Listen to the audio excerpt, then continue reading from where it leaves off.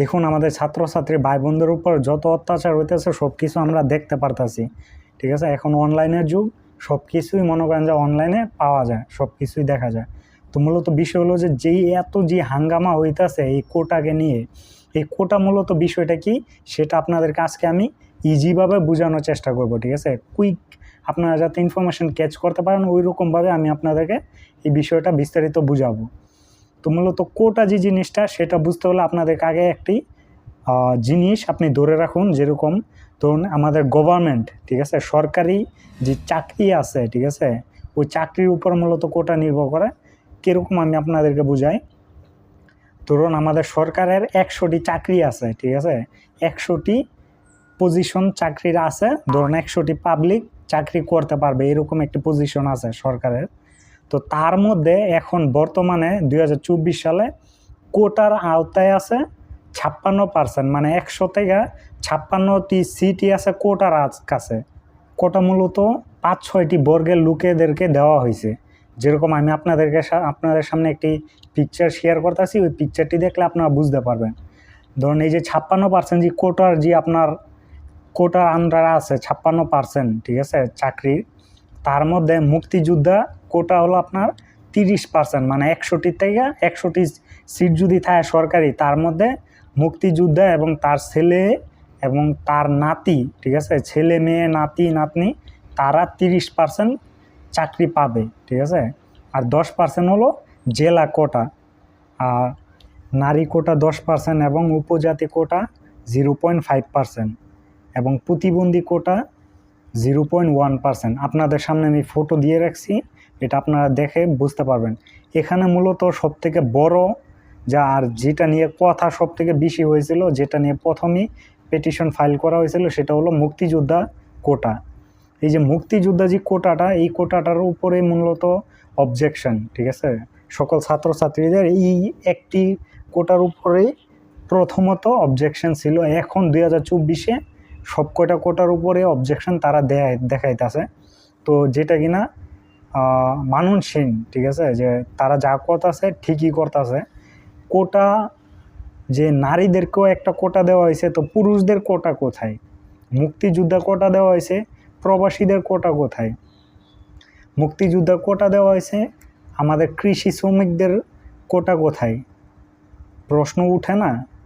ঠিক আছে, তারা দেশ স্বাধীন করছে, তাদের মধ্যে কেউ কেউ একটু পিছিয়ে ছিল, কেউ কেউ কিন্তু অনেক বড় লোকও ছিল মুক্তিযুদ্ধ যারা করেছে, আমাদের যে প্রিয় মুক্তিযোদ্ধারা যারা ছিল, তো তারা অবশ্যই সম্মানীয়। এবং 1972 সালে যখন এই আপনার কোটা সিস্টেমটা চালু করা হয়েছিল, তখন এটা ঠিক ছিল, ঠিক আছে। তো আগামী 30 বছর আপনি ধরতে পারেন ঠিক ছিল, কিন্তু এখন যদি এই মুক্তিযোদ্ধা কোটা সিস্টেমটা এখনও চালু থাকে, তাহলে এটা কিন্তু ইনসাফ হইতেছে না। আমাদের ট্যালেন্ট, আমাদের যে ছাত্রছাত্রীর ভাই বোনরা আছে যাদের ট্যালেন্টেড লোক, তারা কিন্তু সামনে আসতে পারতেছে না। দেখুন, যখন 1972 সালে এই কোটা সিস্টেমটা চালু করা হয়েছিল, তখন কিন্তু মুক্তিযোদ্ধারা, হ্যাঁ ঠিক আছে, তারা একটু পিছিয়ে ছিল, আবার কেউ কেউ সামনে অনেক বড় লোকও ছিল, এগিয়ে ছিল, তাদের জন্য ঠিক আছে।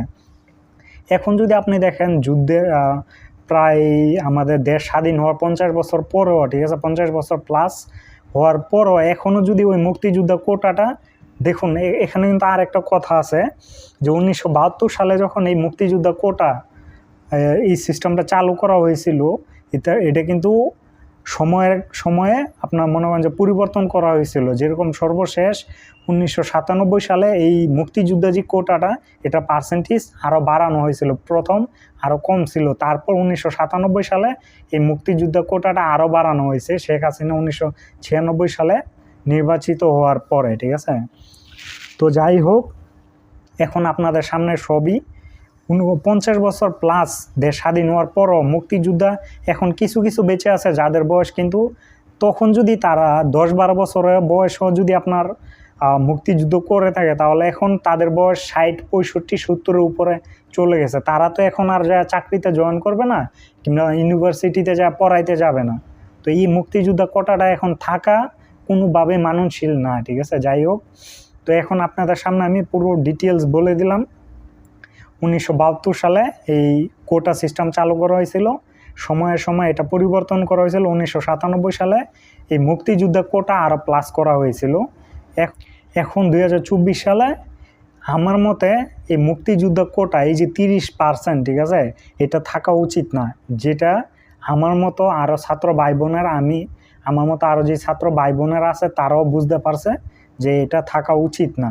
এই কারণে তারা আন্দোলন শুরু করেছে, যেটা আমি ফুললি সাপোর্ট করি। তো এখানেও আমার কথা আছে, এখন সরকার, ছাত্রলীগ এবং পুলিশরা যেভাবে তাদের উপর অত্যাচার করতেছে এটা কিন্তু মাননশীল না। এবং এই যে এরকম একটা কিছু হবে সেটা কিন্তু আমি অনেক আগেই আপনার ধারণা করেছিলাম। যা আমি এই ভিডিওতে সরকারের বিষয়ে এবং বাজেট বিষয়ে কিছু কথা বলেছিলাম, যেখানে কিন্তু অনেক আওয়ামী লীগ সমর্থন করে যারা, আপনি বলতে পারেন যে তাদের মধ্যেই কেউ কেউ অনেক বাজে কমেন্টও করেছে এটা নিয়ে, যেখানে কিন্তু আমি আইডিয়া করেছিলাম যে এরকম একটা কিছু হবে।